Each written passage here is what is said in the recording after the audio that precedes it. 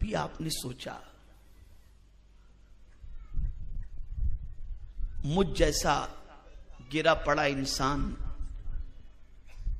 جس کو انگلش نہ آتی ہو صحیح طور پر پڑھنا،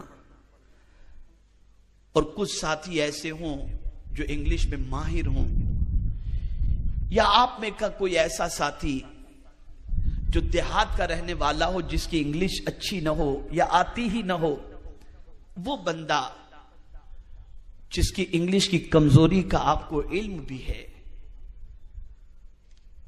اور آپ کے ساتھ وہ سفر کر رہا ہے اور اچانک اس نے انگریزی اخبار خریدا اور لے کر پڑھنے بیٹھ گیا، تو آپ دیکھ کر کیا کہیں گے؟ بڑا بے وقوف آدمی ہے، انگلش کچھ آتی نہیں اور انگریزی اخبار لے کر کے بیٹھا ہے۔ آپ مذاق اڑانا شروع کریں گے، آپ ٹھٹھا کریں گے، آپ تمسخر کریں گے، آپ اس کی ہجو کریں گے، اس کا مذاق بنائیں گے کہ ہم جانتے ہیں اس کو انگلش کچھ نہیں آتی اور انگریزی اخبار پڑھ رہا ہے۔ لیکن اے میرے کریم تیری عظمتوں پر قربان، تیری عظمتوں پر قربان، ایک ننھا سا بچہ بھی قرآن پڑھتا ہے، ایک ضعیف انسان بھی قرآن پڑھتا ہے، نوجوان بھی قرآن پڑھتا ہے۔ علماء جانتے ہیں کہ یہ قرآن کی بسم اللہ کے ترجمے سے بھی واقف نہیں، لیکن پڑھتا ہوا دیکھ کر کوئی یہ نہیں کہتا کہ کتنا بے وقوف ہے جو کتاب سمجھتا نہیں وہ کتاب پڑھ رہا ہے، بلکہ پڑھتے ہوئے دیکھ کر ہر کوئی یہ کہتا ہے اے اللہ کاش اس کے جیسا جذبہ تلاوت ہمیں بھی نصیب ہو جائے اور ہم بھی اپنی زندگی قرآن کی تلاوت میں خرچ کریں۔ نعرہ تکبیر! کتنا بڑا اعجاز ہے یہ، قرآن کا کتنا بڑا اعجاز ہے یہ، قرآن کی وجہ سے کتنی عزت مل رہی ہے۔ مسلمانوں، آقا کریم صلی اللہ علیہ وسلم نے ارشاد فرمایا ایک قوم قرآن کو تھامنے کی وجہ سے بلندی پر پہنچ جائے گی اور ایک قوم قرآن کو چھوڑنے کی وجہ سے ذلیل ہو جائے گی، رسوا ہو جائے گی۔ ہماری رسوائی کی وجہ قرآن کو چھوڑ دینا ہے، اس سے تعلق کو توڑ دینا ہے،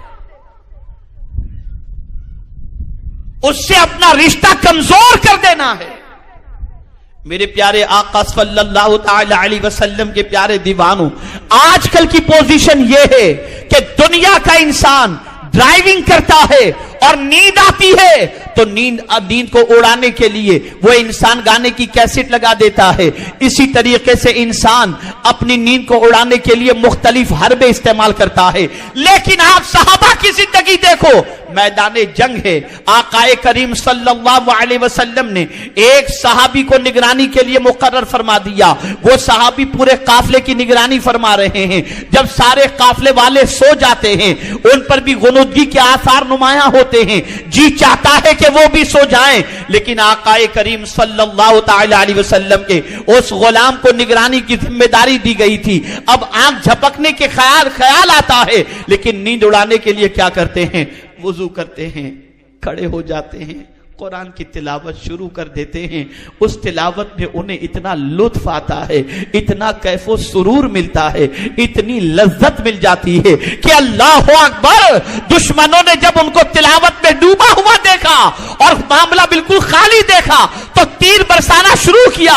تیر کی سرسراہٹ کی آواز کی بنیاد پر خیمے والے اٹھ گئے، دیکھا تو نگراں صاحب نماز کے اندر مصروف ہیں اور انہیں خبر تک نہیں کہ تیر چل رہے ہیں۔ اللہ اللہ! کافی دیر کے بعد نماز جب مکمل وہ کرتے ہیں اور سب کو جگا ہوا پاتے ہیں تو پوچھا آپ کیوں جگ گئے؟ کہا کہ بھئی یہ تیر کی سرسراہٹ کی آواز نے ہمیں جگا دیا اور آپ نماز پڑھنے میں مصروف ہو گئے، آپ کو سرسراہٹ کی تیر کی آواز نہیں آئی؟